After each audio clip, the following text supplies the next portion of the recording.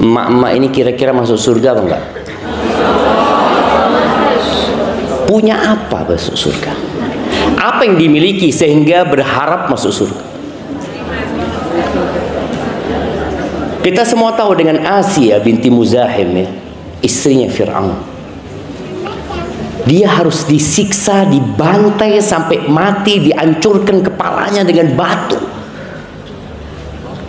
Kita tahu dengan Sumayyah binti Khabbab, bagaimana dia mempertahankan agamanya, ditusuk kemaluannya dengan tombak sampai tewas.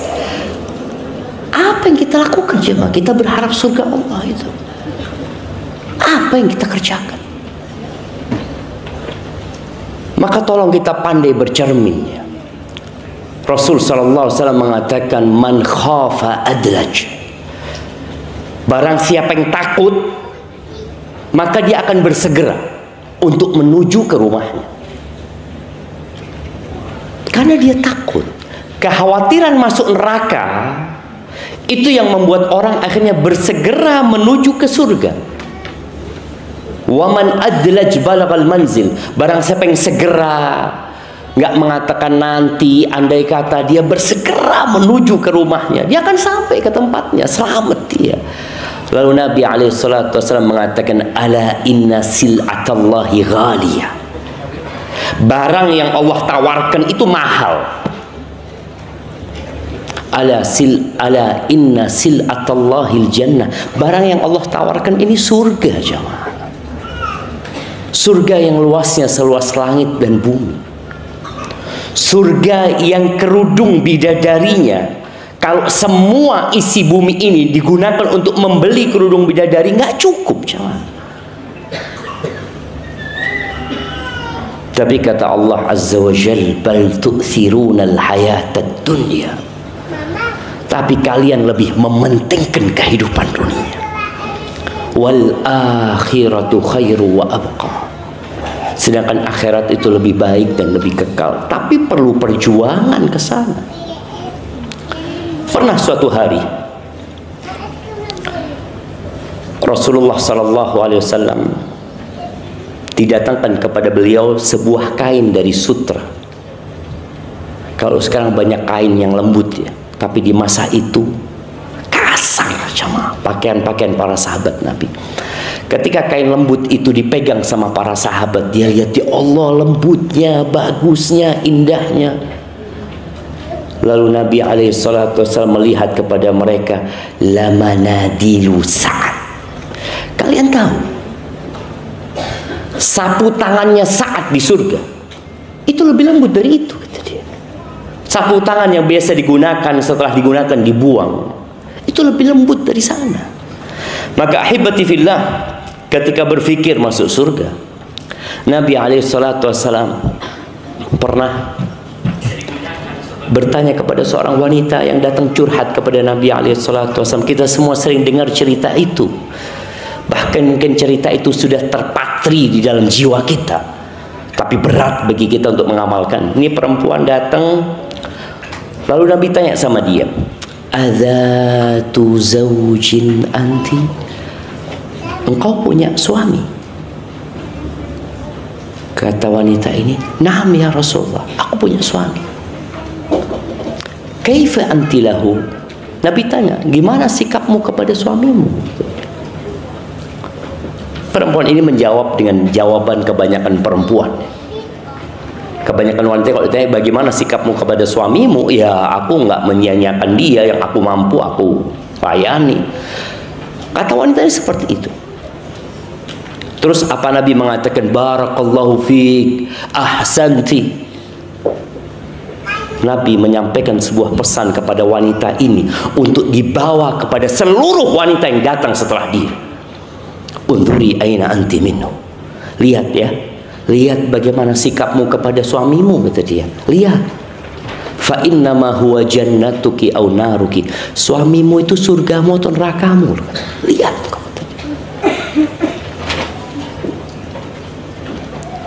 Jadi ingat, di rumah kita ada surga atau ada neraka. Ada orang itu yang Masya Allah, ya, Dia pembuka pintu kebaikan. Semuanya suka sama dia. Tapi ketahuilah, orang yang harus paling suka sama dia adalah pasangan hidupnya. Makanya ketika Nabi SAW menyampaikan kepada para laki-laki, besok pagi anak ada kajian khusus buat laki-laki. Nabi SAW mengatakan khairukum li ahli. Orang yang terbaik di antara kalian adalah yang paling baik sama istrinya, bukan sama yang lain. Itu menjadi standar orang baik. Jadi kalau ada seorang wanita yang baik dengan kawannya, baik sama sohibnya, sama tetangganya, ya Allah, fulana masya Allah, padahal menurut suaminya tidak, maka harus berhati-hati. Engkau tidak perlu kesaksian dari orang-orang di luar sana. Mereka nggak tahu bagaimana sikapmu kepada surgamu dan nerakamu. Ahibati fillah, Anda masih ingat kisah seorang laki-laki yang curhat tentang istrinya, dan istrinya curhat tentang suami. Akhirnya ada datang menjumpai nih suami nih istri. Anda tanya, bang, kita dengarkan apa sih curhatan sang istri? Istrinya curhat, Anda punya suami nih Ustaz, pulangnya malam Ustaz, malam pulangnya, anak udah pada tidur, dia baru datang Ustaz. Sudah, iya. Anda tanya sama suaminya, bang, kenapa abang pulang malam? Ustaz, kata dia, anak itu menjaga anak-anak supaya tidak lihat keributan kita Ustaz. Anak nunggu anak-anak tidur Ustaz. Soalnya anak kalau pulang kerja ditanya dari mana, ngapain aja, terus panjang Ustaz. Akhirnya kita berantem Ustaz. Anak memilih biar anak-anak selamat, walaupun anak jadi kambing hitamnya Ustaz. Ada laki-laki yang nggak betah di rumahnya karena rumahnya belum jadi surga. Oh, salahnya dia Ustaz. Kita nggak bicara dia sekarang. Kita bicara para wanita calon penghuni surga yang belum tentu masuk surga. Kita berharap masuk surga, tapi ternyata kebanyakan ada di neraka, kata Nabi SAW. Hidup cuma sekali, jangan. Mereka yang telah pergi meninggalkan dunia kepingin balik. Untuk apa? Untuk memperbaiki. Kenapa aku dulu kayak gitu? Hukum asalnya wanita itu di rumah, nggak keluar. Kenapa? Iya, karena ada surga di rumahnya. Ada apa dia keluar? Surganya sudah ada di situ. Pernah ada dua wanita yang keluar rumah. Semua ingat dengan kisahnya dua wanita yang berjumpa dengan Nabi Musa alaihissalam. Nabi Musa melarikan diri dari Mesir, kemudian sampai ke Madian. Lalu sampai ke Madian itu melihat ada lelaki-lelaki yang sedang memberikan minum kepada hewan ternaknya. Di antara mereka ada dua perempuan keluar rumah. Di antara laki-laki yang banyak, perempuan ini tadudan, dia menghalangi ternaknya supaya nggak bergabung dengan ternaknya orang-orang itu. Nabi Musa langsung heran. Nabi Musa nggak kenal dengan dua perempuan ini, tapi menjadi pemandangan yang menakjubkan dan mengherankan. Ada perempuan keluar rumah, ngapain kalian? Nabi Musa langsung tanya, ma khatbukuma, kalian ngapain keluar sampai datang ke sini? Akhirnya kedua wanita ini menyebutkan alasannya. Apa alasannya? Qalata la nasqi hatta yusdira ar-ri'a wa abuna syaikhun kabir. Kita nih nggak bisa ngasih minum kecuali setelah laki-laki itu pergi semuanya. Dan kami melakukan ini apa sebabnya? Bapak kami sudah tua. Bapak kami sudah tua. Kami terpaksa keluar melakukan tugas yang seharusnya dilakukan oleh para laki-laki. Kami sengaja melakukan ini karena bapak kami sudah tua. Dan kami wanita-wanita nggak punya suami. Ada keterpaksaan. Akhirnya Nabi Musa membantu. Setelah dibantu, pulang tuh perempuan, datang lagi. Salah satu dari keduanya memanggil Nabi Musa. Allah menyebutkan ya gaya jalan perempuan ini. Itu Allah sebutkan dalam Al-Quran, tamshi ala istihya. Jalan perempuan ini dengan penuh malu, dia harus ngomong sama Rejal ini malu, apalagi suruh manggil Rejal ini. Akhirnya dipanggil Nabi Musa, datang.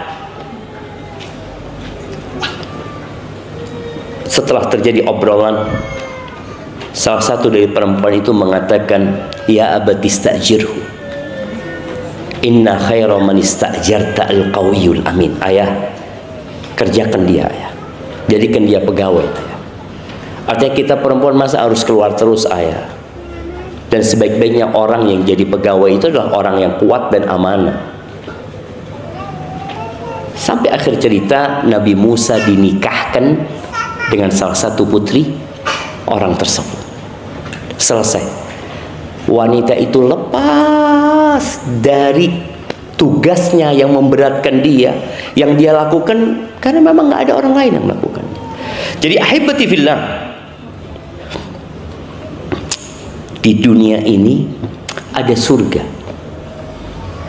Yang tidak memasukinya itu tidak akan masuk surga akhirat.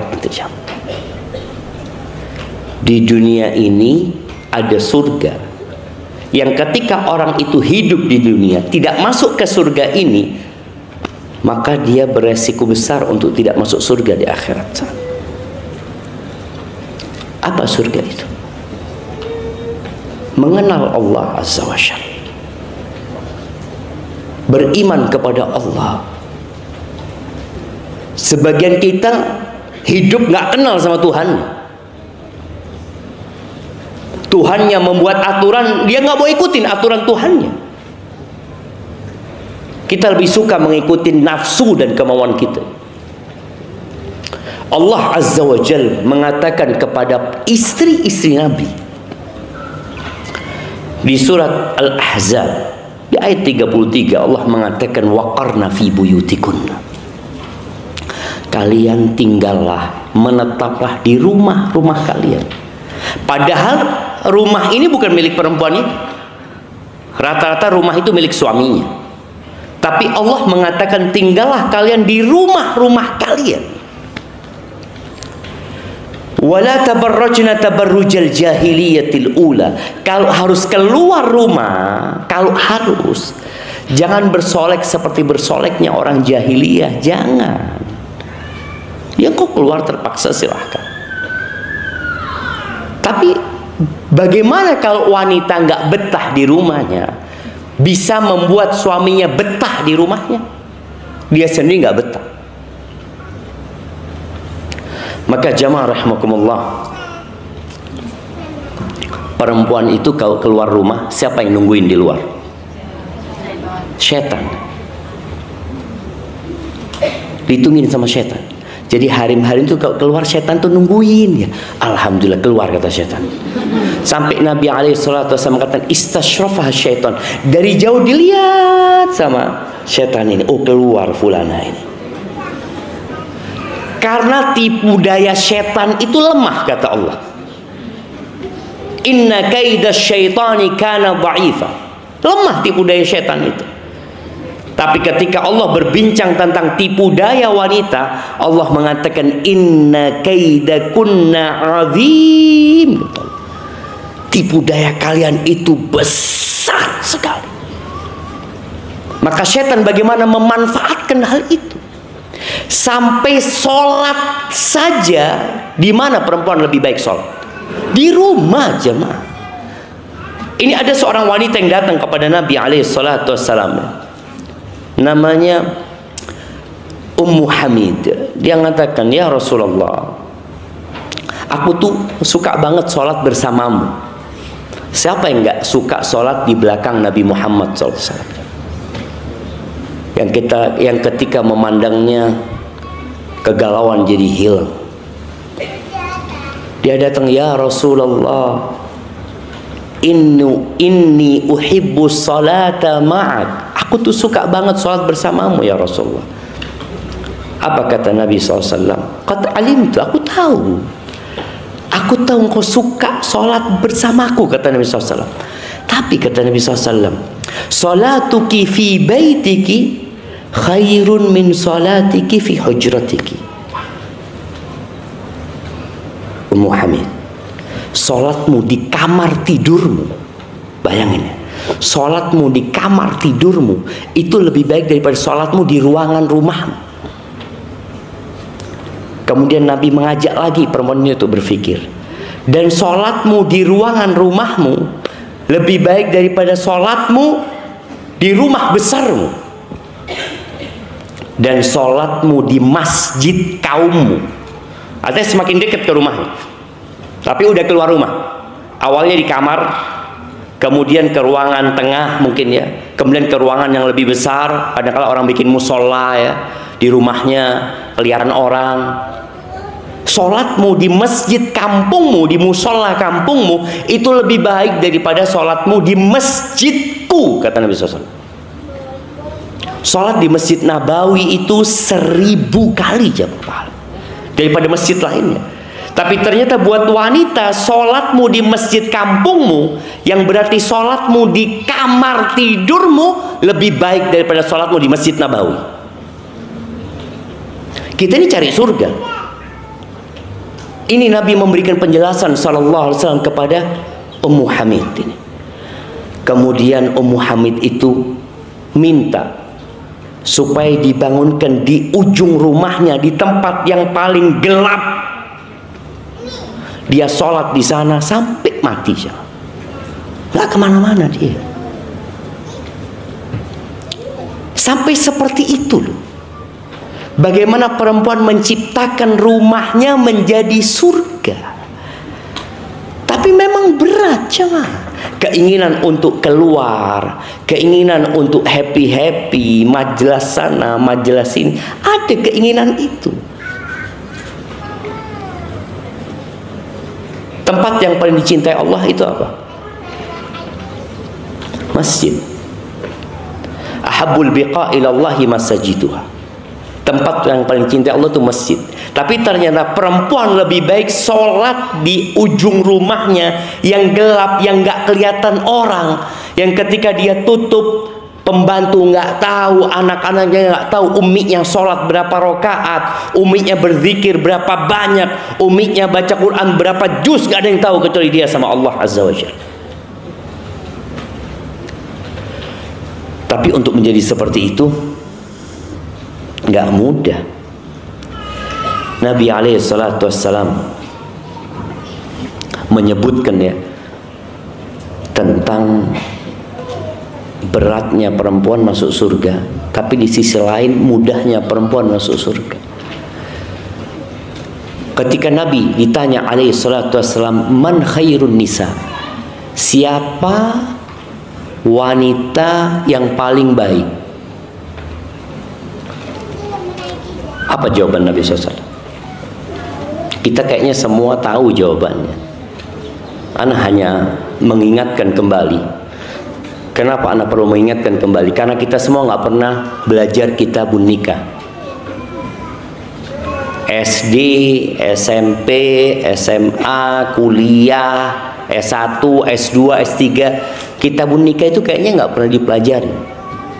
Yang dipelajari di sekolahan itu sex education. Hanya urusan ranjang yang dipelajari. Padahal bukan urusan itu pernikahan. Kita kesian loh sama anak-anak SMP yang sudah berzina.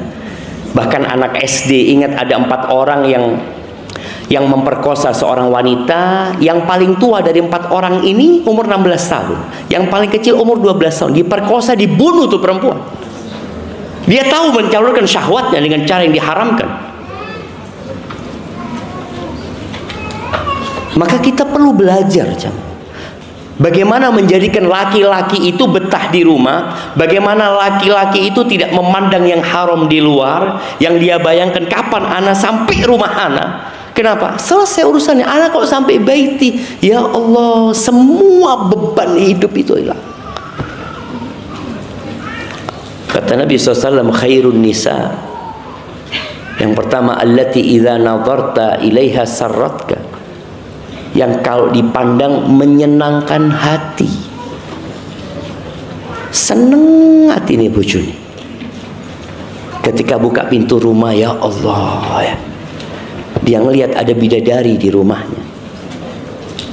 Allah ketika mensifati bidadari surga, kata Allah, hurun maqsuratun fil khiyam. Mereka adalah wanita-wanita yang di rumahnya nggak keluaran. Enggak. Jadi kapan suami datang, istrinya ada. Karena memang fitnah di luar besar sekali. Dan Nabi alaihissalatu memberikan arahan, kalau laki-laki melihat sesuatu di luar yang membangkitkan syahwatnya, kemana dia harus lari? Ke istrinya. Falyarji ila ahli, pulang ke rumahmu. Fa innal ladzi biha mithl ladzi biha. Yang ada di perempuan yang engkau lihat sama persis dengan yang ada di istrimu. Selesai. Maka bagaimana seorang istri selalu siaga? Dia selalu bersolek. Sekarang tuh ada yang namanya make up artis. Make up apa? Betul. Mua. Seharusnya mua itu untuk di rumah. Betul jamaah. Banyak laki-laki di luar tergoda dengan wanita yang sebenarnya nggak cantik. Tapi gara-gara mua,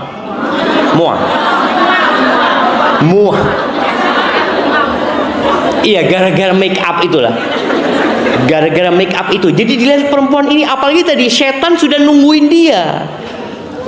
Udah dia berias, bersolek ala jahiliyah, ditambah setan yang menghiasi dia, habis udah laki-laki. Dia ingin pulang ke rumahnya.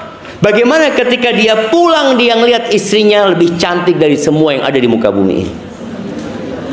Karena dia berias, dia sambut suaminya. Siapa yang gak betah? Seorang suami ngelihat istrinya selalu cantik, selalu cantik. Bahkan anak-anaknya tahu.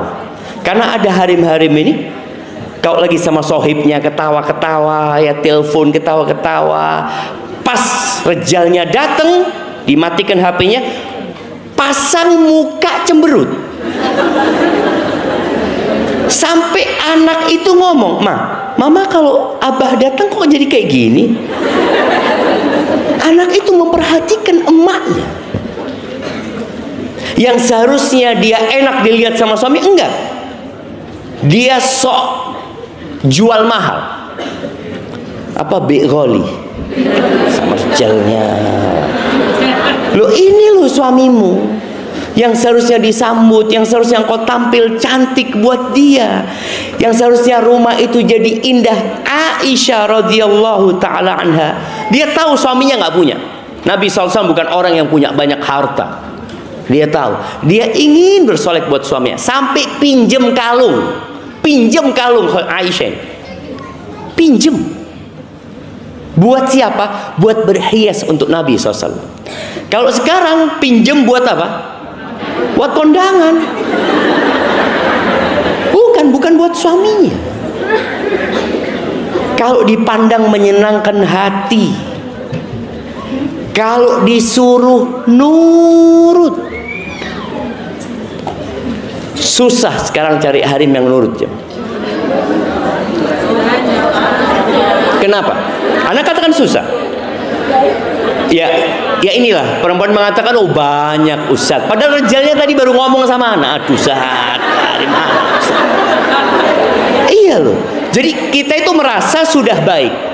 Siapa yang menilai kita baik atau tidak? Suami yang nilai. Merasa enggak Ustaz. Maka jangan sampai hari kiamat suami kita nuntut di hadapan Allah Azza wa Jalla. Ya Allah, ana sabar menghadapi ini gara-gara anak-anak ya Allah. Ana sabar ya Allah. Ana nggak mendapatkan hak ana sebenarnya. Ya mungkin sang istri, ana juga nggak mendapatkan hak ana Ustaz. Tapi ketahuilah Allah mengangkat suami sebagai pemimpin. Engkau tahulah posisimu di mana. Maka di sini kalau disuruh nurut apapun perintah suami. Sebagian perempuan ini mamanya mau kondangan. Bang, Aku mau kondangan bang ya. Gak usah lah, di rumah aja.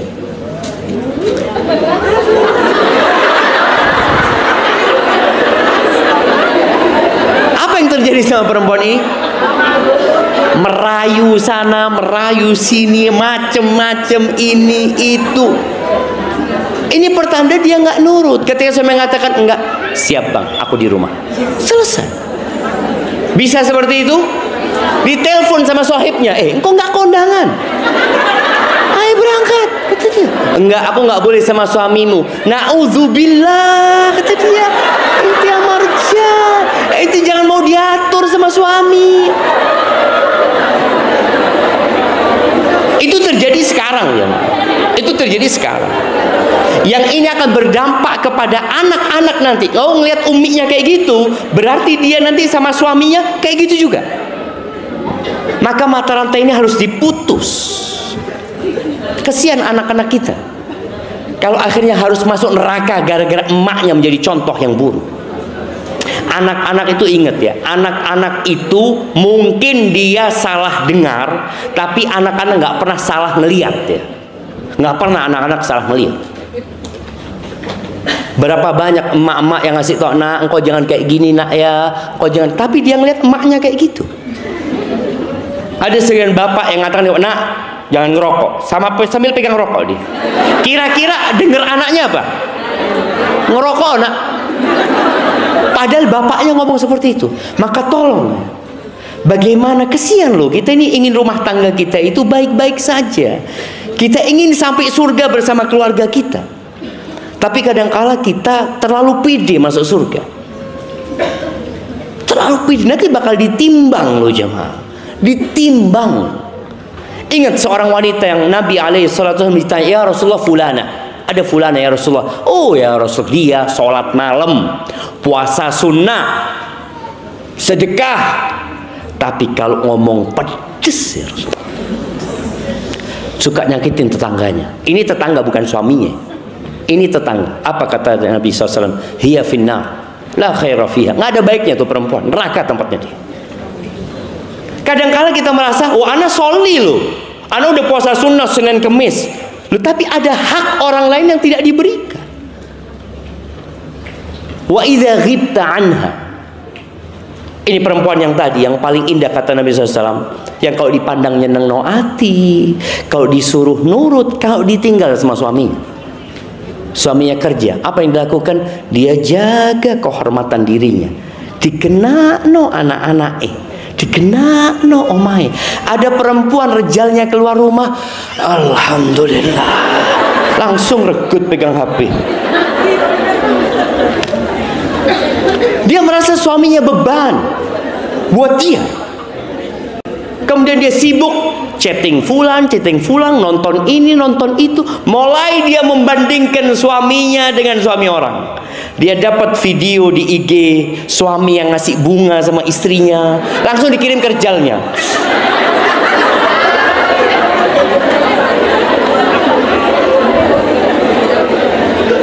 Jamaah, ketika kita membandingkan diri kita dengan orang lain, kita akan menderita. Maka nih buat orang, jangan pernah membandingkan dirimu sama orang lain, suamimu sama orang lain. Udah, bandingkan dirimu sama dirimu sendiri, tidak dengan orang lain. Tapi kalau engkau seperti itu, engkau mulai melihat fulana kirimin video ini, video itu, rejalnya, ya Allah, tidak bersyukur karena punya harim ini. Sebagian laki-laki itu dimaki-maki sama bosnya, dimaki-maki sama anak, ngelihat sendiri, kerja capek, lelah, harapannya ke rumah itu disambut. Ya mungkin dia nggak bisa ngasih lebih daripada yang dikasihkan sama suaminya orang, tapi dia bertanggung jawab gitu. Nabi SAW pernah bersabda, beliau mengatakan, khairu nisaikum, di riwayat lain, nisaikum min ahlil jannah, istri-istri kalian calon penghuni surga. Siapa dia? Al-wadud. Dia adalah yang pengasih jamaah. Ada perempuan itu yang ya selalu datang ke suaminya, merayu suaminya. Dia itu menunjukkan kepada suaminya, aku butuh sama kamu gitu loh. Aku nggak bisa hidup tanpa kamu. Ada harim kayak gitu ya, Mas?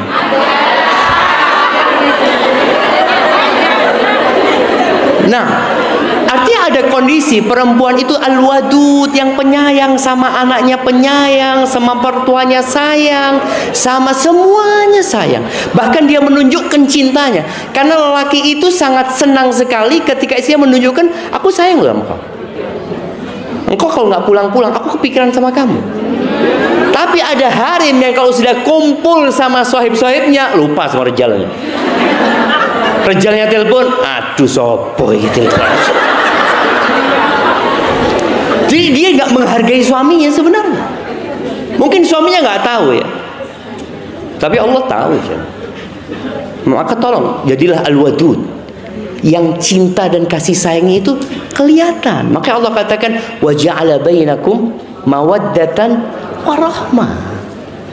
Dijadikan di antara kalian cinta ya. Walaupun nggak harus ya, nggak harus rumah tangga itu ada cinta, nggak harus.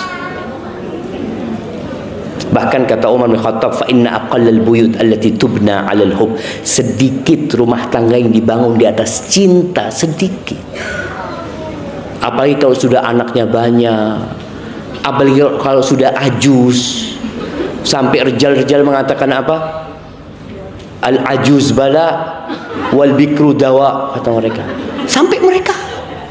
Tapi kenapa rumah tangga itu tetap dijaga? Kenapa? Karena kita hidup ini untuk beribadah kepada Allah, bukan untuk bersenang-senang. Makanya ada orang yang terus sabar. Yang harim ini sabar sama suaminya yang sudah tua. Suaminya sakit-sakitan. Yang kalau dia ninggal suaminya, ada banyak rejal yang akan ngelamar dia. Tapi dia mempertahankan rumah tangganya. Kalau dikatakan cinta, ya enggak, Ustaz. Anda pernah ketemu dengan seorang suami istri yang mau cerai, umurnya sudah 70 ke atas ya. Mau cerai di depan anak. Ternyata sang istri merasa dulu pernah dizalimin sama suaminya. Dan suaminya ketika tambah tua, tambah lemah, istrinya masih muda. Ditinggal rejalnya. Ditenggak. Maka sedikit loh rumah tangga dibangun di atas cinta. Tapi orang mempertahankan rumah tangga karena beribadah. Hidup ini bukan untuk bersenang-senang, enggak. Untuk mengabdi kepada Allah Azza wa Jalla. Dan Allah turunkan Al-Quran. Di situ Allah jelaskan apa yang harus kau lakukan pada kita. Maka subhanallah, Nabi SAW ketika mengatakan perempuan yang penyayang, oh itu masya Allah, kalau dia bisa terus sayang sama suaminya. Walaupun suaminya udah sakit, walaupun suaminya sudah mungkin tidak bisa melayani seperti dulu, tapi sang istri tetap mengingat bagaimana perjuangan sang suami. Yang kedua, al-walud, yang suka punya anak. Dulu, perempuan-perempuan zaman dulu itu hamil lagi, nggak ada masalah. Sekarang harus zaat rejal sama harimnya kalau mau punya anak lagi. Ndak wes, cukup wes. Kesel ana. Iya, ada perempuan nggak mau, ndak sudah. Ndak ya. Meteng meneh. Kadangkala ada orang tua yang ngomong gitu sama anaknya, "Nak, ojo meteng meneh, nak. Ya, cukup wes, nak." Loh. Anak bojone, Pak. Loh iya. Makanya Nabi alaihissalatu mengatakan al-walud. Memang capek jemaah, nggak sama ya pahala seorang wanita yang punya anak 1 dengan yang punya anak 5, nggak sama. Yang punya anak 10 dengan yang anak 5 nggak sama. Kita lihat umi-umi dulu anaknya 11, 12. Sampai anak ingat di Bondoso ya, Ustaz Zain Bawazir rahimahullahu ta'ala punya anak 28 dari satu istri. Gimana capeknya istrinya jemaah? Capek jemaah.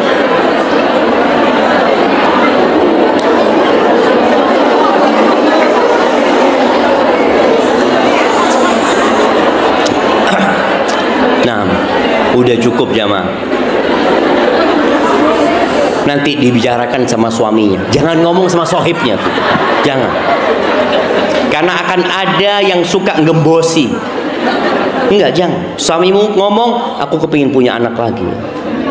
Katakan, ahlan wa sahlan. Loh, ingat semua kelelahan 9 bulan ya hamil. Semakin hari semakin lemah, semakin hari semakin lemah. Apa kata Allah? Faman ya'mal mithqala dzarratin khairan yarah. Engkau akan dapatkan. Suami nggak dapat, ya engkau akan dapat. Kemudian yang ketiga sifatnya al-muwatiyah, yang suka mencocokkan diri sama suaminya. Suaminya kepingin ini, iya bang. Kan ada harim-harim yang aku kepingin ini ya? Enggak, aku nggak cocok. Engkau mau ikut aku enggak? Ada harim-harim yang selalu berusaha. Tadi dia ingin menjadikan rumahnya surga. Dia ingin rejalnya ini sudah kau masuk rumah, udah kau di surga, nggak perlu keluar lagi. Bayangin ya, gimana suami dapat surga di rumah. Baik, surga itu apa? Kalau ingin sesuatu belum diomongkan sudah datang. Istri ini tahu sama kesenangannya suami. Bang, kau kepingin apa bang? Kata suami, ya Allah, mau sudah ngerti wes 20 tahun suatu. Ada yang masih harus minta suaminya. Kan tahu istri itu apa kesenangannya suami ini. Dia selalu ada untuk suaminya. Dia tahu suaminya suka sama ini, sama itu, sama itu. Udah dia siapin. Kadang-kadang dia tanya, bang, hari ini kepingin makan apa? Rawon. Oke, rawon. Tahu-tahu dimasakin soto. Gimana perasaan suaminya? Dia datang, loh, endi rawon nih? Nggak ono keluke bang. Jadi soto. Ketika suami kayak gitu, apa kata istri? Bang, kok ndak bersyukur bang? Wes pangan. Subhanallah jamaah. Yang seharusnya minta maaf malah enggak, ngatakan suaminya nggak pandai bersyukur engkau bang, wes kena kon bang. Idza taqainallah, kata Nabi SAW, kalau mereka bertakwa kepada Allah Azza wa Jalla, itu perempuan yang bakal masuk surga. Wa syarru nisaikum, dan kalian tahu siapa wanita-wanita paling jahat di antara kalian? Yang pertama al-mutabarrijat, yang suka bersolek untuk orang lain. Bayangin ya, suaminya selalu dapat kari-karinya. Coba kalau perempuan cantik, suami ngomong apa? Mau kemana? Pertanyaan itu selalu muncul, mau kemana kau? Kenapa? Linda Oma nggak pernah ayu soalnya. Dia lebih suka ngelihat istrinya di luar. Kalau lihat, masya Allah ayu bojoku ya. Kalau dia lihat di rumah, loh kok kayak gini ya? Itulah yang paling buruk, al-mutabarrijat. Sifat pertamanya suka bersolek di depan orang, bukan di depan suami. Bahkan sampai rumah langsung raup dia, karena dia risih dengan bersoleknya itu. Maka tolong jangan sampai seperti ini. Yang kedua, al-mutakhayyilat, congkak, sombong. Dia merasa lebih tinggi dari suaminya. Dia merasa bisa ngatur suaminya. Kita tahu ya, Khadijah sama Nabi Muhammad SAW, siapa yang kaya? Khadijah. Tapi bagaimana Khadijah menciptakan surga di rumah Nabi SAW? Nggak pernah dia menyebutkan tentang kebaikannya. Aku bang kayak gini, aku nggak ada. Dia selalu mengatakan, engkau ya Rasulullah, engkau ya Muhammad, engkau yang baik, engkau yang selalu berbuat ini, engkau selalu seperti ini, selalu seperti itu. Bagaimana ketika Nabi SAW turun dari Gua Hira, Kemudian dalam kondisi ketakutan, beliau mengatakan kepada keluarganya, "Zammiluni, zammiluni, selimuti aku, kata. Khadijah selimuti, nggak tanya. Orang yang capek itu seharusnya tidak ditanya, tapi dilayani. Orang itu capek, keluar rumah, mungkin syughul, ada apa, lelah dia, jangan ditanya. Tapi dia apa kan? Dilayani. Dia mau apa? Udah dilayani sama Khadijah. Diselimutin sampai tenang Nabi SAW.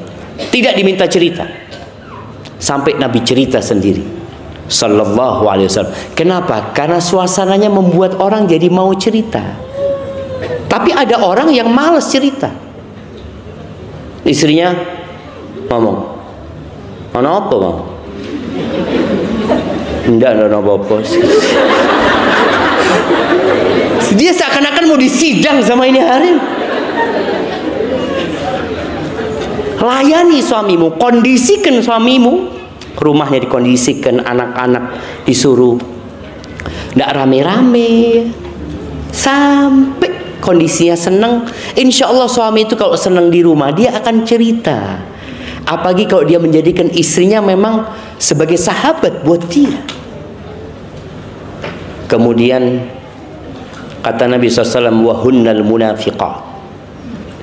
Mereka adalah wanita-wanita munafik, kata Nabi SAW. "La yadkhulul jannah minhunna." Nggak ada yang masuk surga dari mereka, kata Nabi SAW. "Illa mithlal ghurabil a'sam." Kecuali seperti burung gagak yang paruhnya merah dan kakinya merah. Itu hampir nggak ada jamaah, langka burung itu. Nabi ingin menyebutkan sallallahu alaihi wasallam bahwasanya berat masuk surga gitu loh. Ketika seorang masih suka bersolek untuk orang lain, sedangkan untuk suami enggak, tidak masuk surga dari mereka kecuali seperti jumlah burung gagak yang paruhnya merah dan kakinya merah. Maka tolong ciptakan surga di rumahmu. Engkau bisa. Kadang-kala wanita, "Ustaz, anak punya suami, Ustaz." Nggak benar, Ustaz. Iya. Sebelum Anda masuk ke tanya jawab, ada satu cerita. Ada seorang wanita telepon ke seorang syekh di televisi.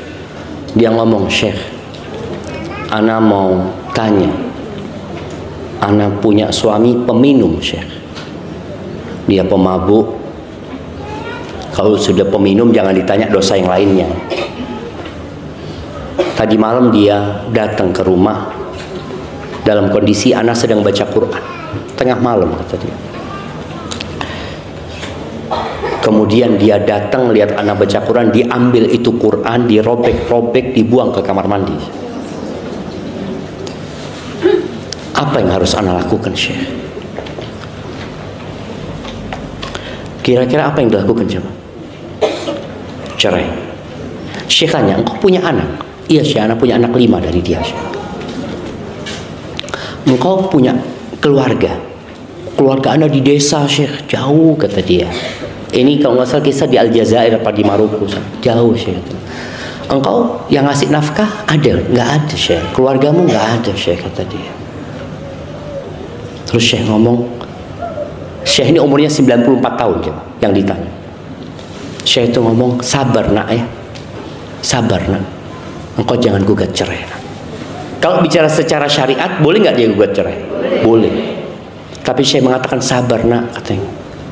"Syekh, dia sudah melakukan itu, engkau suruh aku sabar, Syekh." Syekh itu mengatakan, "Nah, aku khawatir kalau engkau gugat cerai, nanti pemabuknya jadi 6, nah. Anaknya 5.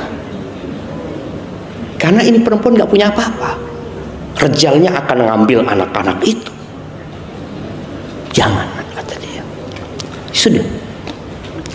Kau banyak doa atau minta sama Allah SWT. Ya mungkin bahasa yang kau ciptakan surga di rumahmu ya. Kau minta sama Allah SWT. Setahun kemudian, tahu-tahu Syekh ini lagi live di televisi, dia telepon. Perempuan itu telepon lagi. Dia Dia mengatakan, Syekh, dzakartana ya Syekh, engkau ingat sama aku Syekh, kata dia. Kata Syekh, enggak, aku enggak ingat. Katanya, arifi binafsi, engkau siapa, kata dia. Engkau ingat Syekh, aku yang pernah telepon tahun lalu, suamiku yang minum, yang merobek Quran. Iya, kata Syekh, ingat Syekh itu. Basyirin ya binti, kata dia, kasih kabar gembira aku, gimana suamimu sekarang? Kata Syekh, alhamdulillah Syekh, suami anak sekarang yang buka kunci masjid ketika sholat subuh, Syekh. Artinya perempuan itu memiliki sesuatu yang bisa menundukkan suaminya. Engkau tahu kapan suamimu marah, engkau tahu apa yang menyebabkan suamimu marah, engkau tahu apa yang menyebabkan suamimu nggak betah di rumah. Tahu perempuan itu, apalagi sudah punya anak 5, udah bertahun-tahun dia tahu dengan karakter suami. Ketika perempuan ini memohon sama Allah, kemudian dia memperbaiki dirinya melayani suaminya dengan baik, malu suaminya, malu. Ketika hubungan kita sama suami sudah baik, hubungan kita sama Allah baik, Allah itu tinggal katakan kun, selesai. Cuma kita kadang-kala lebih mementingkan diri kita sendiri, mengandalkan akal kita, keluarga kita. Jangan. Maka tolong semuanya ya untuk mendesain ulang rumah tangga bagi yang sudah berumah tangga, agar dari rumah-rumah kita itu kelak muncul pejuang-pejuang masa depan buat agama ini, jemaah. Tapi ini pertanyaan sudah di print.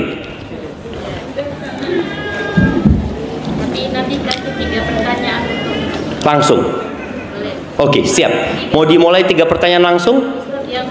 Oh, Ana yang tanya. Siap.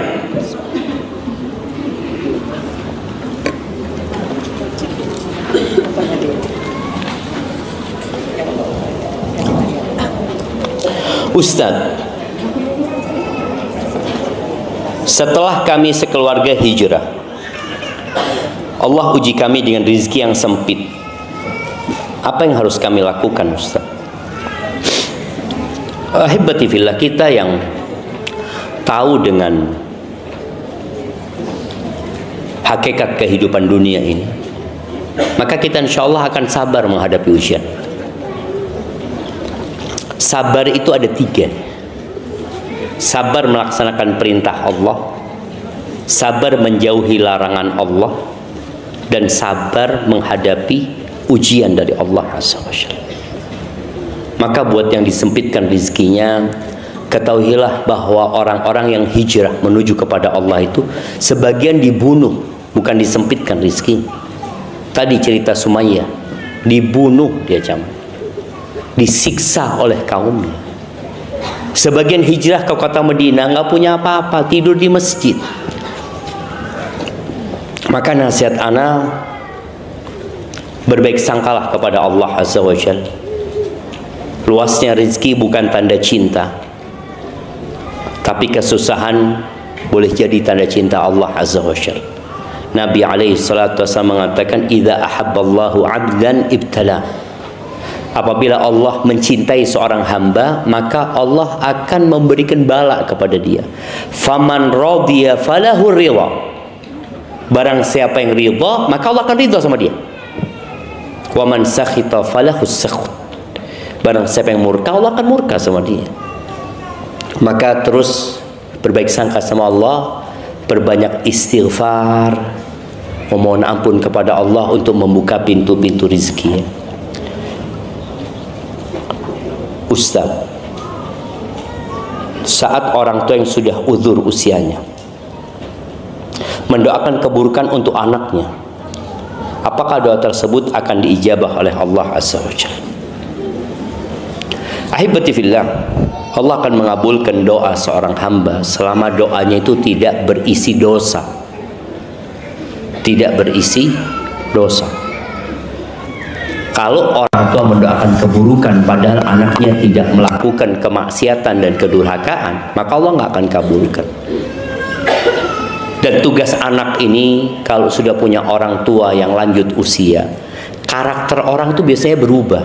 Orang tua itu jadi lebih sensitif, ya, cepat marah, kadangkala kembali seperti anak-anak. Ya, kita yang harus sabar.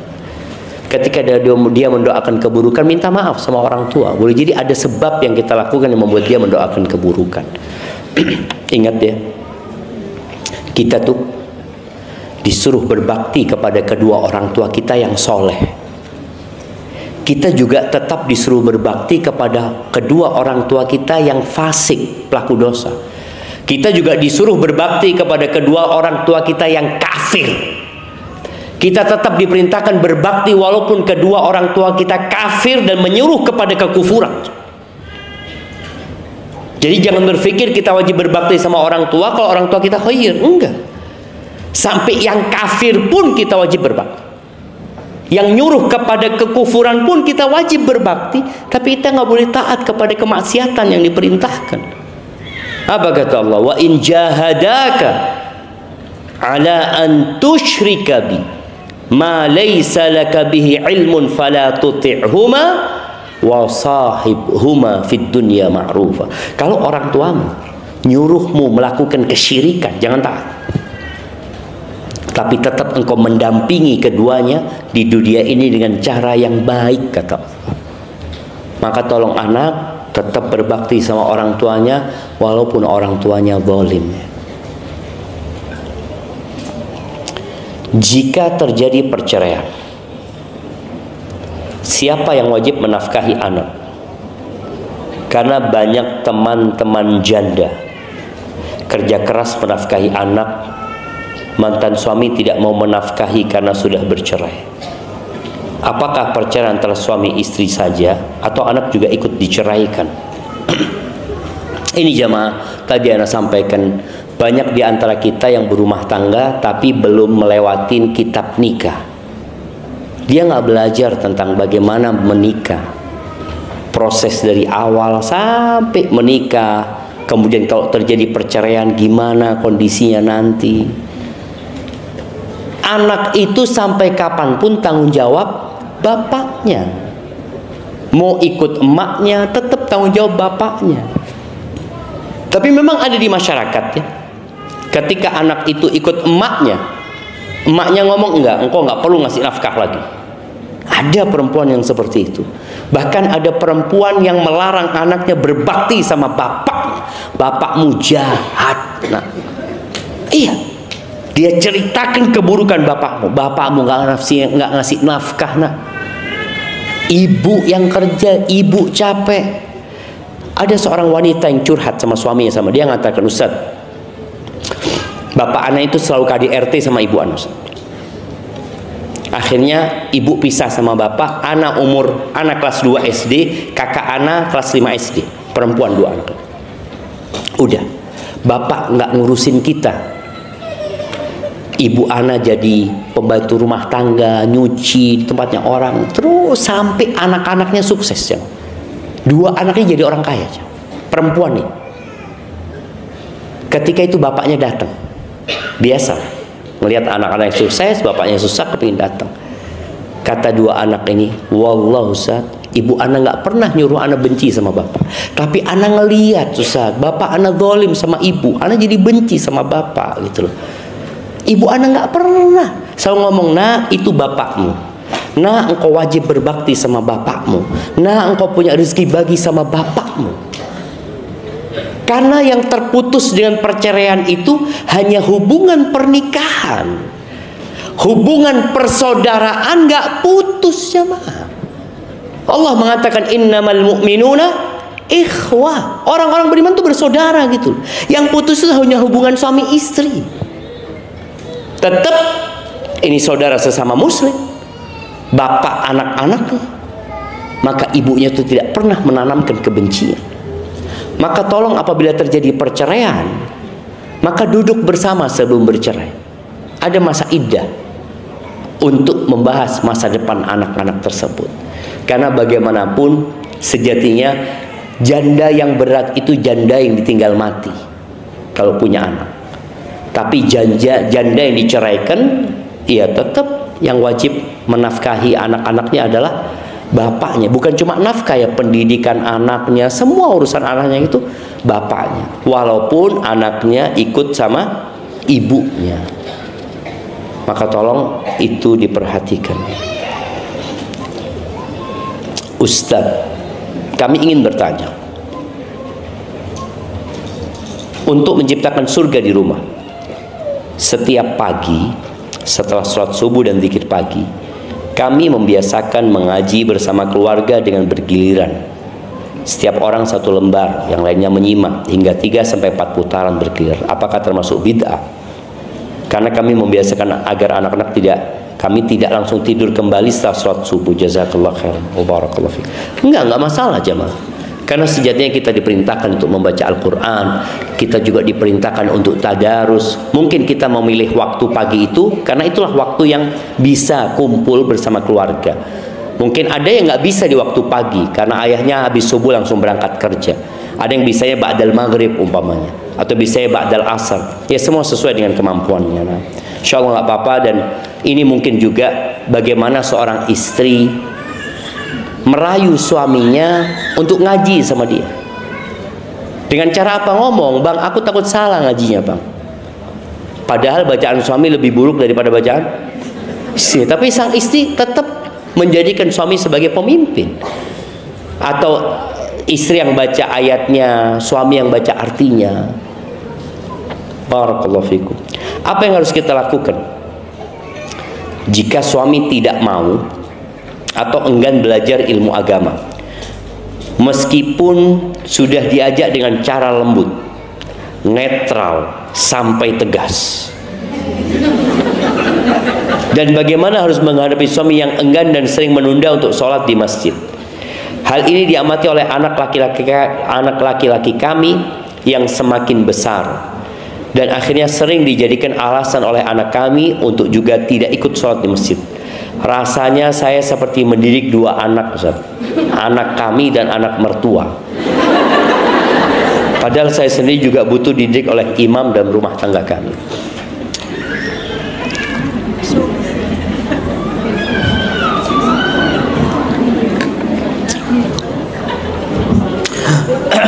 Nah, jemaah, kadangkala angin bertiup tidak sesuai dengan keinginan nelayan. Takdir itu tidak selalu sesuai dengan yang kita impikan. Nasihat ana, jangan bandingkan suamimu dengan suami orang, supaya engkau nggak tambah menderita. Apa yang harus engkau lakukan? Perbanyak doa, memohon kepada Allah, jangan berhenti berdoa. Tugasmu hanya menyampaikan. Wa ma 'alaika illal balagh.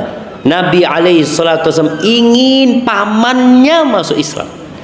Nabi Nuh alaihissalam ingin istrinya itu ikut beliau, ingin anaknya ikut beliau. Nabi Lut sama. Nabi Ibrahim kepingin ayahnya. Asiyah binti Muzam ingin Fir'aun suaminya. Tapi ternyata semua itu tidak terjadi. Apa yang harus dilakukan? Ya sabar, sambil terus berusaha. Umpamanya kalau bicara suami nggak mau diajak kajian, minta antarkan suami kajian. Soalnya kadangkala istri ini kajiannya sendiri, suami kajiannya sendiri. Istri cuma kata, bang, ayo bang, ono kajian bang, Masjid Imam Syafi'i, berangkat. Nggak berangkat. Apa yang saya lakukan? Bang, anterno aku bang. Ayolah bang, aku tuh ngelihat harim-harim diantarkan sama suaminya, aku kok nggak diantar. Ayolah sekali-kali diantar. Artinya merayu kepada suami. Dan setelah suami ikut sekali kajian, puji dia dengan pujian selangit. Katakan kepada suamimu, ya Allah bang, aku kayak masuk surga waktu berangkat kajian sama kau bang. Senengnya gitu. Bukan pulang kajian, ngono bang, teko kajian. Nggak datang kajian dia jemaah. Ustadz, oh ini berat pertanyaannya jemaah. Sebelum pertanyaan kita ada hadiah ya. Sebutkan perempuan yang masuk neraka yang tadi disebutkan di hadis. Ada dua sifatnya. Nah, fadhal. Ini yang pegang sini. Gimana? Mic-nya diambil dulu.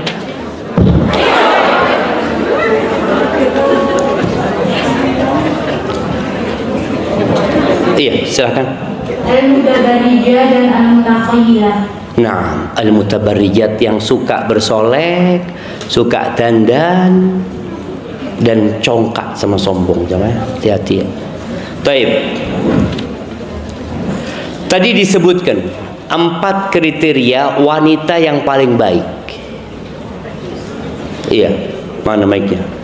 Ya, kasihkan, tafadhol. Disebut semuanya, Ustaz? Loh iya.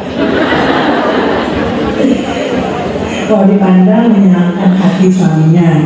Masya Allah, dipandang menyenangkan hati siapa? Suaminya. Bukan hati tetangga. Bukan. Nah, yang kedua. Yang kedua al-wadud, yaitu penyayang, punya sifat penyayang pada Ya, sifat penyayang. yang ketiga al-wadud, yang mudah melahirkan anak-anak suaminya. Nah, Yang ketiga dan yang keempat al-muwasiyah, yaitu yang suka mencocokkan dengan suaminya, Nah. pekerjaan suaminya. iya. Barakallahu fiik, kasih ade ya. Tapi ada satu sifat yang tadi lupa, al-muwasiyah, yang suka menghibur suaminya. Satu lagi, suka menghibur suaminya. Kalau disuruh nurut, suka menghibur suaminya dia jamaah. Soalnya kadang-kala suami di luar itu capek dan lelah, tapi istrinya suka menghibur dia. Baik. Ana akan baca pertanyaan yang Ana sampaikan tadi berat. Ustadz, jelaskan kepada kami tentang poligami.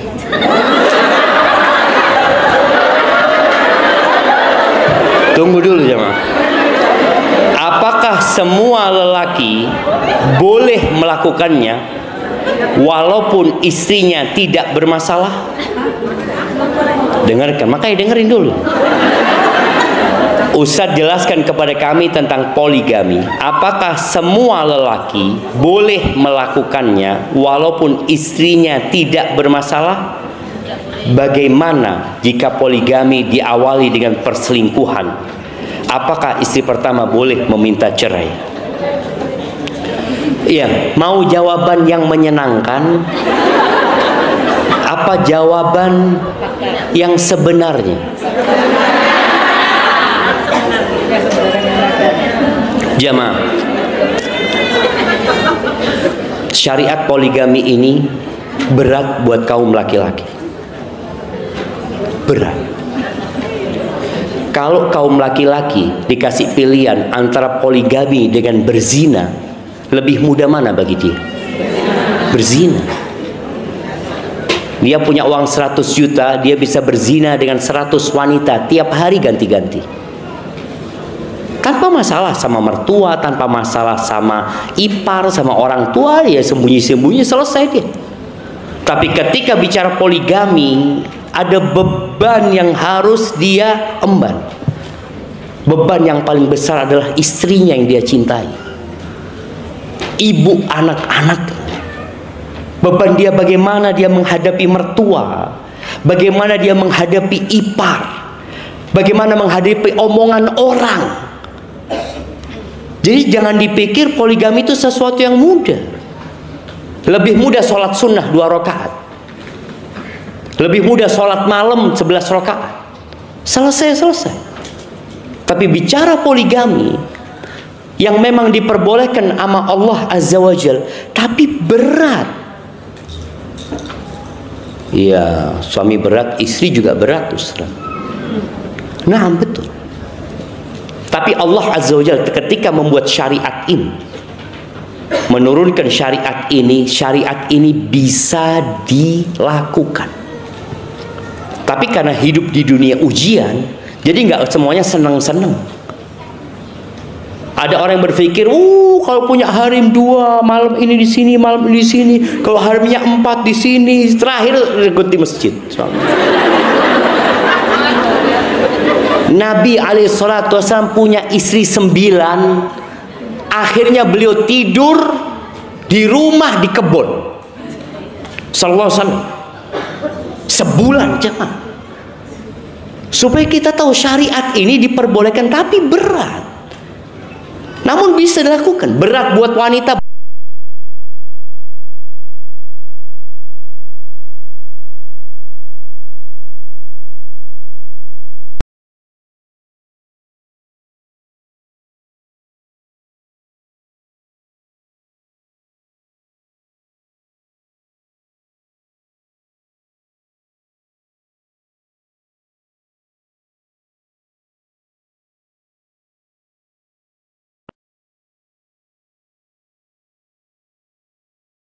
piring itu pecah di rumah Nabi SAW. Dan itu hal yang wajar, tapi tidak membuat syariat ini kemudian tidak dijalankan. Allah Azza wa Jalla mengatakan, fankihu ma tabalakum minan nisa mathna. Kata Allah, nikahilah dari wanita-wanita yang baik-baik ya. Berapa? Allah katakan 2. Wa thulatha wa ruba, 3 atau 4. Fa in khiftum alla ta'dilu, kalau kalian takut tidak bisa berlaku adil, maka 1. Artinya syariat ini diperbolehkan, tapi sang laki-laki harus menghadapi banyak masalah, berat buat dia. Sedangkan dia menjalankan itu untuk apa? Untuk menyalurkan syahwatnya, untuk memperbanyak anak mungkin. Ada banyaklah. Kalau dikatakan, jadi bukan masalah ada di wanita. Wanita nggak kurang. Yang bermasalah itu laki-lakinya. Makanya Allah bolehkan laki-laki, Allah nggak bolehkan wanita. Wanita kalau nggak dipuaskan sama suaminya, dia boleh gugat cerai. Selesai. Maka syariat ini memang berat ya. Bukan hanya untuk wanita. Berat buat wanita. Wanita itu beratnya di mana sebenarnya? Beratnya di mana? Coba anak kepingin tanya. Siapa yang mau jawab kasih hadiah. Beratnya wanita di poligami di mana? Kasih mic-nya, kasih hadiah, kasih mic-nya. Yang mau jawab kasih mic, kasih hadiah. Harus berbagi dengan perhatian segala macamnya itu yang berat. Ya, kadang suami juga betul-betul aja, dan biasanya pada sekarang ini poligami itu diawali dengan perselingkuhan di Facebook, di media sosial gitu, Pak. Suami itu kadang-kadang nggak tahu inti dari poligami itu sendiri, Pak. Suami taunya zuat. Iya. Ya. Intinya poligami apa? Ya zuat. Baik, jawabannya menarik ya.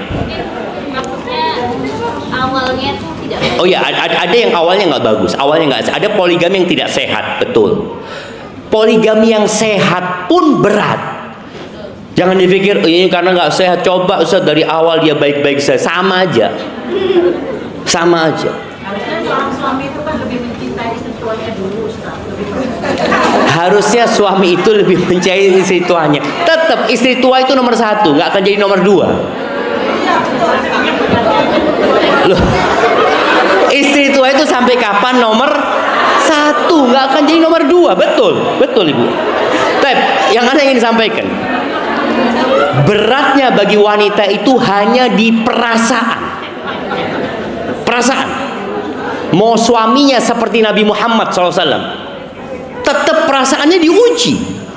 Itu istri Nabi diuji perasaan. Makanya ketika seorang laki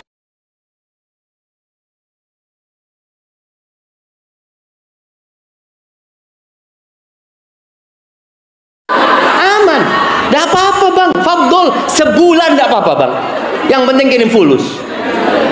Artinya dia nggak ada masalah. Tapi ketika tahu suaminya zuat, kiamat. Padahal sama aja, suaminya sama kayak dulu, sebulan sekali pulang. Kita lihat ya, laki-laki yang merantau, kadang-kadang di tempat itu dia nikah, dan dia nggak ingin ngomong sama istrinya karena jaga perasaan istrinya. Soalnya kalau dia ngasih tahu istrinya, akhirnya berantakan. Padahal sama aja hidupnya, nggak berubah. Kalau bicara tadi ujian karena cintanya dibagi, dari dulu cintanya suami dibagi. Loh, cintanya dibagi buat orang tuanya. Cintanya tuh dibagi buat kakak-kakaknya, buat adik-adiknya, buat keponakannya. Dibagi, tambah 1 bagian.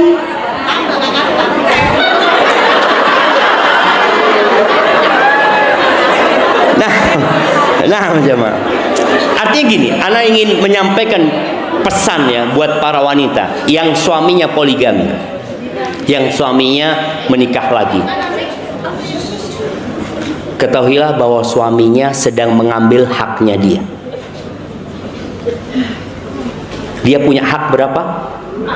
4. Ketika makan, kok ada yang mau matikan punya anak ini ya?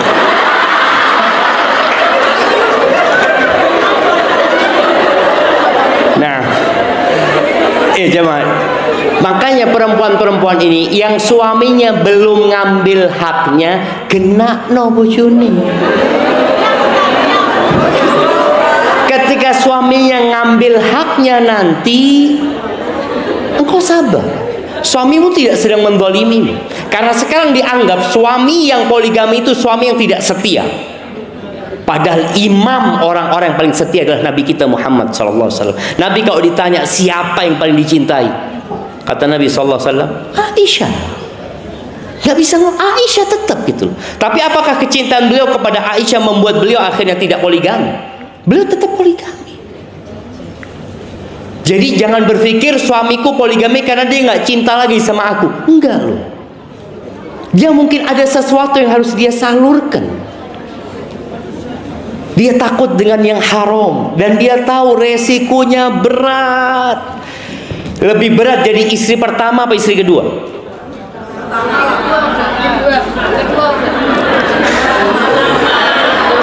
Sama-sama berat.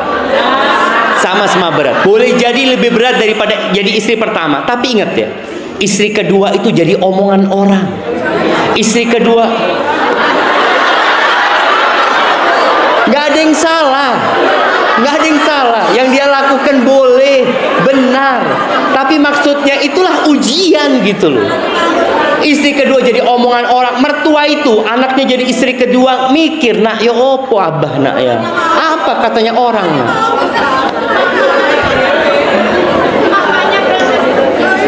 Jemaah, tapi intinya apa intinya jemaah? Intinya Allah Azza wa Jalla membuat syariat yang sesuai. Ketika seorang wanita di poligami, yang harus dia yakini bahwa ujian itu diberikan sesuai dengan kemampuan. Nggak mungkin engkau nggak bisa lalu Allah kasih ujian, nggak mungkin. La yukallifullah nafsan illa wus'aha. Allah sudah membuat ketetapan. Allah tidak akan memberikan beban melebihi batas kemampuan. Enggak. Makanya kita lihat ada orang yang dikasih penyakit sakit kepala, ada yang dikasih stroke, ada yang dikasih kanker, ada yang dikasih buta. Kok beda-beda ya ujiannya? Karena disesuaikan. Maka ketika kau berpikir masalah poligami, ada orang yang memang nggak dipoligami sama suaminya, tapi Allah kasih ujian lain. Allah kasih dia kanker, dia nunggu mati. Hidupnya hanya tiap hari, kata dokter hanya tinggal 6 bulan. Ada orang yang suaminya nggak poligami, tapi dia kasih stroke umpamanya. Ada banyak ujian. Tapi yang jelas ya pada hari kiamat itu semua ditimbang. Yang suaminya cuma 1 istrinya, nggak sama loh ujiannya dengan yang istrinya 2. Bagaimana sabarnya? Ini menghadapi suami sabar, yang ini menghadapi suami sabar, beda. Makanya hari kiamat itu ada hisab, ada timbangan. Timbangan itu untuk mengukur bobot. Maka tolong kalau sampai terjadi ini, kalau dikatakan kalau suami melakukan poligami di awal dengan perselingkuhan, apakah istri pertama boleh meminta cerai? Kenapa engkau cerai? Kalau suamimu memang nggak baik, seharusnya engkau minta cerai dari awal. Tapi kalau suamimu baik dan ternyata dia selingkuh, kemudian dia bertobat kepada Allah Azza wa Jalla dengan taubatan nasuha, maka ana rasa perceraian tidak menjadi solusi. Perceraian itu seperti amputasi. Kalau kita lihat orang kena diabetes ya, yang kemudian luka, diobatin. Kalau sudah nggak mampu, baru diamputasi. Maka jangan mudah-mudah meminta cerai. Bismillah. Semoga rumah tangganya jadi lebih baik, dan kalau yang dinikahi oleh suamimu wanita baik-baik, ya alhamdulillah. Gimana jemaah? Ana jadi bingung. Barakallahu fi Iya, semoga kita dapat pencerahan ya. Karena yang jelas buat wanita berat, buat laki-laki berat, dan kelak pada hari kiamat kita akan dihisap masing-masing. Buat laki-laki nggak berat, karena dia bukan laki-laki. Ana yang laki-laki yang merasakan. Nah, Ustadz, di arisan kami, oh ini urusan arisan sering ditakokno jamaah. Apa hukumnya jika seorang anak laki-laki yang sudah berkeluarga dan bekerja dengan penghasilan cukup, tapi tidak pernah memberikan sedikit dari hasil penghasilannya untuk kedua orang tuanya yang masih hidup, dengan alasan penghasilannya habis atau hanya cukup untuk menghidupi anak dan istrinya saja? Nafkah dari anak laki-laki yang sudah menikah untuk siapa saja? Baik, hadiahnya masih ada. Ana mau tanya buat ibu-ibu, mana yang lebih utama untuk diberikan nafkah? Istri. Loh ya, oh pertanyaannya belum selesai. Udah jadi sudah. Nah, oke. Istri jawabannya. Kenapa? Ayo, mic-nya kasih. Kenapa? Itu mic-nya. Silahkan. Kenapa? Assalamualaikum. Waalaikumsalam warahmatullahi. Anak dari suami. Yang punya, berarti kamu nggak punya anak? Tanggung jawab suami tetap tanggung jawabnya suami. Istri tetap tanggung jawab suami. Istri tetap betul tanggung jawabnya suami. Iya, kasih hadiahnya nggak apa-apa. Jawaban lainnya. Nah, ya. Istri apa ibu? Oh, ada yang jawab ibu. Kita dengarkan kenapa ibu. Fadhal. Yang ibu. Kasih mic-nya. Karena ibu yang melahirkan, yang menyusui, yang mengasuh dari kecil, masa. Bagaimana ibu-ibu? Ya nggak apa-apa, kasih hadiah. Iya, berarti ada dua pendapat di sini. Sebenarnya dua pendapat ini sama-sama benar. Dengarkan jawabannya.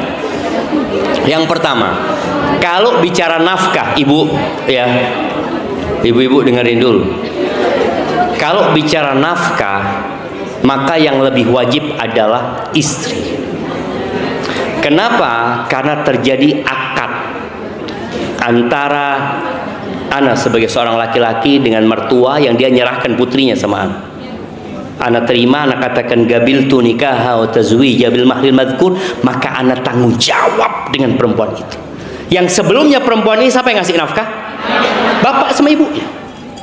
Karena diserahkan ke Ana, surganya perempuan itu Ana sebagai suami. Ana di surga atau nerakanya dia. Maka Ana wajib memberikan nafkah kepada dia sebelum nafkah kepada orang tua. Kalau nggak mampu, lepas itu perempuan. Jangan dizalimi. Itu kalau bicara nafkah. Dan nafkah ini adalah sandang, pangan, papan. Ketika lebih, boleh ngasih orang tua. Kemudian nafkah kepada istri ini, istri kaya atau miskin tetap wajib dikasih nafkah.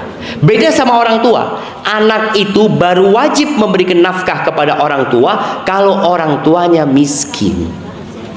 Kalau orang tuanya nggak miskin, cukup mampu, maka anak bukan memberikan nafkah, tapi memberikan hadiah sebagai bentuk kebaktian anak kepada orang tuanya. Jadi para istri juga harus tahu, suami umpamanya sudah memenuhi kebutuhan istrinya, nafkah sudah selesai. Lalu sang suami ini ingin menyenangkan ibunya. Dia belikan mobil buat ibunya, dia belikan gelang buat ibunya. Maka sang istri nggak bisa nuntut, karena nafkahnya sudah dipenuhi. Maka seperti itu. Kalau bicara nafkah, maka lebih wajib kepada istri. Tapi kalau berbakti, ya berbakti sama orang tua gitu. Setelah menikah, saya tinggal bersama mertua dan keluarga suami. Suami saya belum cukup rezeki untuk membeli rumah. Dan sikap mertua saya dan keluarganya setiap hari seperti menyiksa batin saya. Mertua saya seperti tidak terima kalau anak tunggalnya menikah. Dan selalu mau ikut campur dalam urusan rumah tangga kami. Jika tidak mengikuti perintahnya, beliau selalu mengabaikan saya dan mengatakan saya menantu yang tidak baik. Saya sudah berusaha menerima semua perlakuan beliau dan mencoba menganggap rumah itu seperti surga, tapi nyatanya tidak bisa, Ustaz. Saya rasa saya tidak kuat. Saya harus bagaimana, Ustaz? Sementara suami saya menyuruh saya untuk sabar. Bolehkah saya pulang ke rumah ibu saya, Ustaz? Apakah saya berdosa? Jamaah, ana ingat pesan abah ana waktu ana nikah. Dia ngatakan, Syafiq, belum nikah waktu itu. Dia ngomong, Syafiq, kalau nanti nikah jangan kumpul sama mamanya. Abah ana ngomong, Syafiq, cari rumah sendiri. Artinya memang apa ya, menantu sama mertua ini kalau cocok alhamdulillah. Tapi kalau nggak cocok, hanya jadi neraka rumah. Bahkan menambah dosa mertua, menambah dosa menantu juga. Karena akhirnya ribain mertuanya, jelek-jelekin mertuanya. Maka solusinya pertama, nggak harus punya rumah sendiri, ngontrak nggak apa-apa. Sampaikan kepada suami, udahlah kita tinggal cari kontrakan, tapi pisah. Kalau harus kumpul, paling tidak ada privasi. Tadi buat para orang tua ya, agar rumah tangga anaknya terjaga. Bikin kalau memang rumahnya besar, udah di-sekat umpamanya. Jadi ada privasi buat dia. Karena istri ini kepingin menyambut suaminya dengan pakaian-pakaian yang indah, nggak bisa ada mertua. Dia ingin sayang-sayangan sama suaminya dari depan pintu sampai keluar pintu umpamanya. Ada mertua nggak bisa. Ada kan ada yang istri yang mau membukakan pintu buat suaminya, ya, ngantarkan suaminya. Ini ada bapak mertua. Gimana? Maka nasihat anak, sabar. Kalau engkau bisa minta sama suami, umpamanya tetap di rumah itu, kalau memang boleh, tapi ada privasi.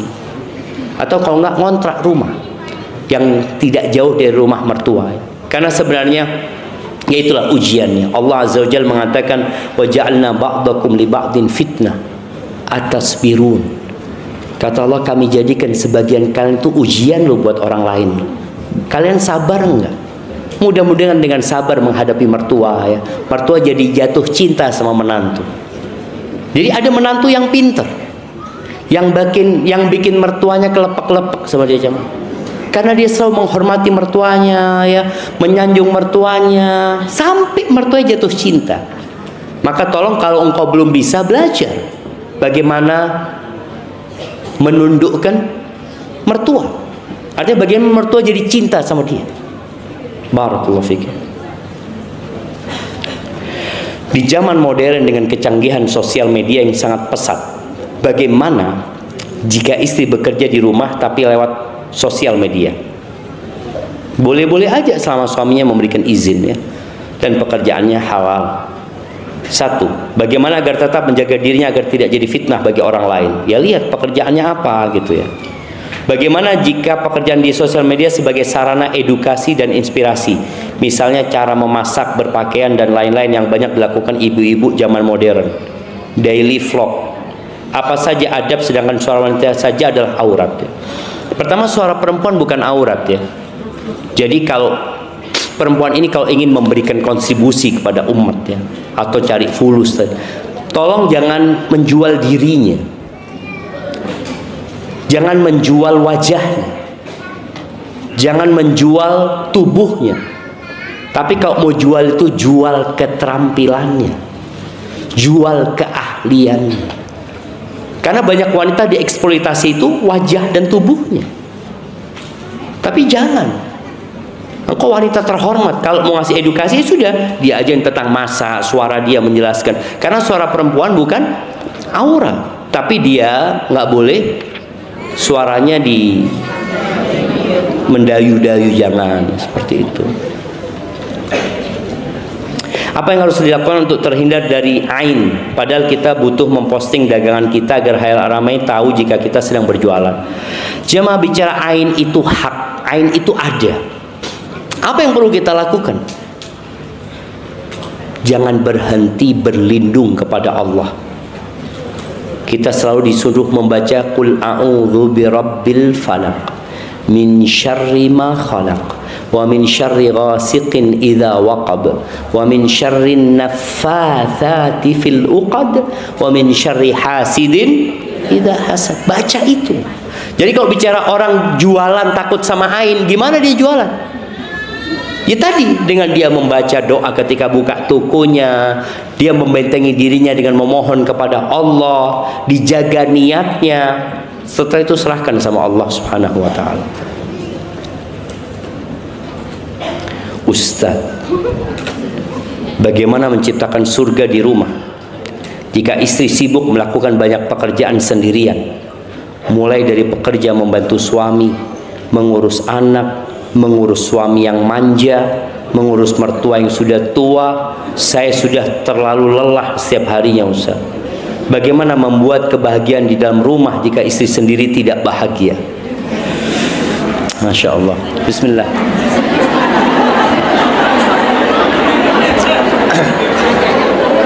Nah, jamaah rahimakumullah, bahagia itu kita yang bikin, bukan orang lain. Bahagia itu letaknya di hati. Makanya Syekhul Islam Ibn Taimiyah rahimahullah ta'ala, ketika beliau dimasukkan ke penjara, ditutup pintu penjara, beliau mengatakan, ma yaf'alu a'da'i bi, apa yang dilakukan oleh musuh-musuhku kepada aku? Surgaku itu ada di dadaku sini, gitu. Ada di sini, kata dia. Kemanapun aku pergi, dia ikut sama aku, gitu.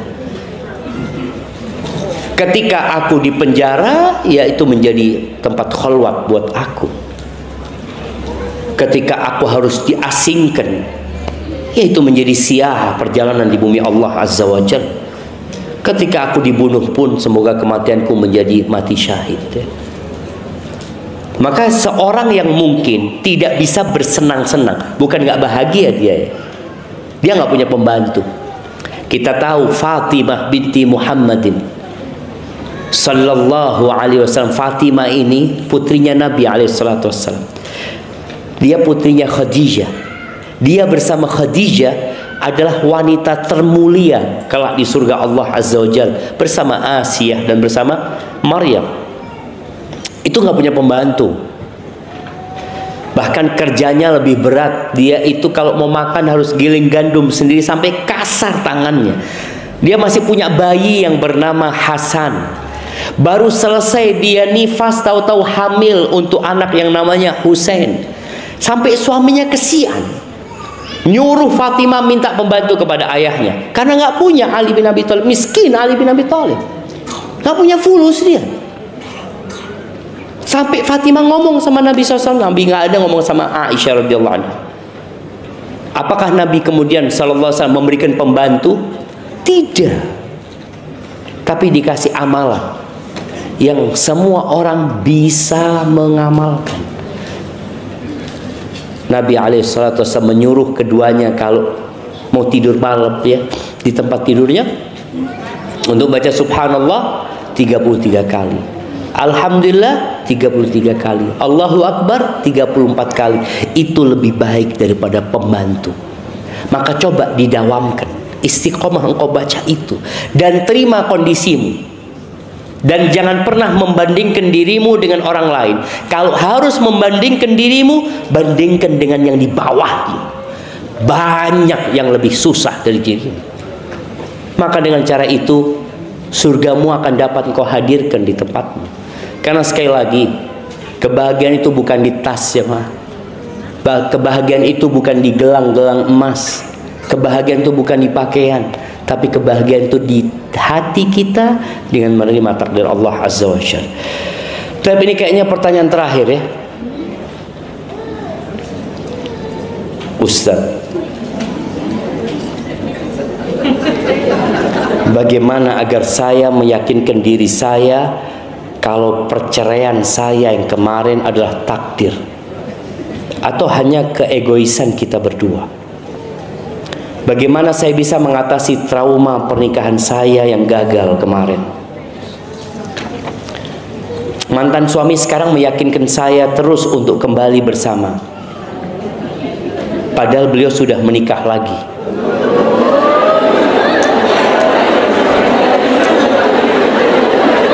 Dengarkan dulu, belum selesai jemaah. Di satu sisi saya belum bisa menerima dia lagi, dan di sisi lain saya tidak sanggup. Anak-anak selalu menanyakan abinya dan kenapa tidak bisa bersama lagi. Sekarang bagaimana saya menata hati yang tidak baik-baik saja ini Ustaz, agar saya bisa menciptakan surga di rumah untuk anak-anak seorang diri. Jamaah, kalau bicara yang telah terjadi, maka semuanya terjadi dengan takdir Allah Azza wa Jalla. Tapi kalau itu sebuah kesalahan, maka kita harus berusaha bertobat dan memperbaiki diri. Kalau bicara cerai, kadangkala kita memilih perceraian tanpa merenungkan akibat dari perceraian tersebut. Kalau bicara egois, ya boleh jadi karena keegoisan, tapi udah terjadi, udah takdir Allah Azza wa Jalla. Makanya dalam agama kita cerai itu 2 kali yang boleh rujuk, yang ketiga kali nggak boleh rujuk. Kalau sekarang dikatakan trauma pernikahan saya yang gagal kemarin, ketahuilah takdir Allah itu indah, kalaupun harus bercerai. Tapi engkau harus banyak-banyak istighfar, memohon ampun kepada Allah kalau ternyata itu disebabkan dirimu. Karena termasuk yang paling dicintai iblis adalah perceraian. Kalau memang ternyata engkau bercerai karena egois, ya sekarang kau berpikir bagaimana kembali dan suamimu mau kembali, maka nasihat ana, kembalilah kepada suamimu.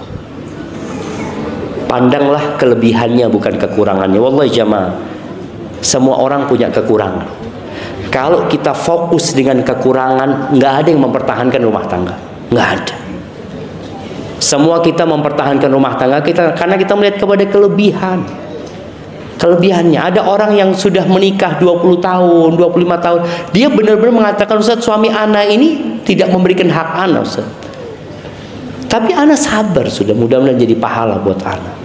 Maka tadi ketika lihat, maka insya Allah dapat mempertahankan rumah tangga.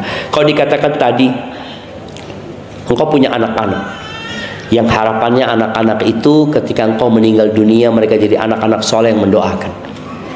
Ketika anak-anak menanyakan keberadaan abinya dan abinya mau kembali lagi, maka nasihat anak, kembalilah kepada suami. Kembalilah kepada suamimu dan berusaha untuk menjadi lebih baik lagi. Berdoa memohon kepada Allah buat anak-anakmu dan keluarga barumu, dan baca doa Rabbana hablana min azwajina wa dhurriyyatina qurrata a'yun waj'alna lil muttaqina imama. Baik. Ustaz, di sini pengajiannya banyak anak remaja, Ustaz. Siap. Dari usia 13 sampai dengan 20 yang belum menikah. Jadi harapannya yang dari tadi dibahas tentang pernikahan untuk nasihat terakhir untuk para remaja. Masya Allah, barakallahu fikum. Iya, jadi nanti kalau bikin kajian lagi memang dipisahkan ya. Anak ingin dipisahkan, maksudnya tetap di ruangan yang sama, tapi yang sudah nenek-nenek belakang, kemudian yang sudah punya anak sendiri, yang belum punya anak sendiri, yang belum nikah sendiri. Karena memang dia itu kalau ngelihat kawan-kawannya sama-sama belum punya anak padahal sudah menikah, itu jadi hiburan buat dia. Ternyata aku nggak sendirian gitu loh. Ada orang lain yang sama belum Allah kasih anak, dan juga ada orang lain yang sama belum dikasih jodoh sama Allah SWT. Adapun buat remaja, yang remaja sekarang ini dikenal dengan generasi strawberry ya, yang mereka udah biasa hidup enak, hidup nyaman, yang kadang-kala tidak siap menghadapi tantangan ya. Nasihat anak buat remaja, khususkan waktu belajar agama, khususkan waktu. Paling nggak belajar Al-Quran, khususnya juz amma. Coba dikaji juz amma, dihafal juz amma itu, kemudian dikaji artinya. Insya Allah itu menjadi bekal untuk menghadapi kehidupan ini. Dan ketahuilah, dalam kehidupan ini, mungkin engkau sedang menghadapi hal yang engkau sukai, besok boleh jadi engkau menghadapi sesuatu yang tidak engkau sukai.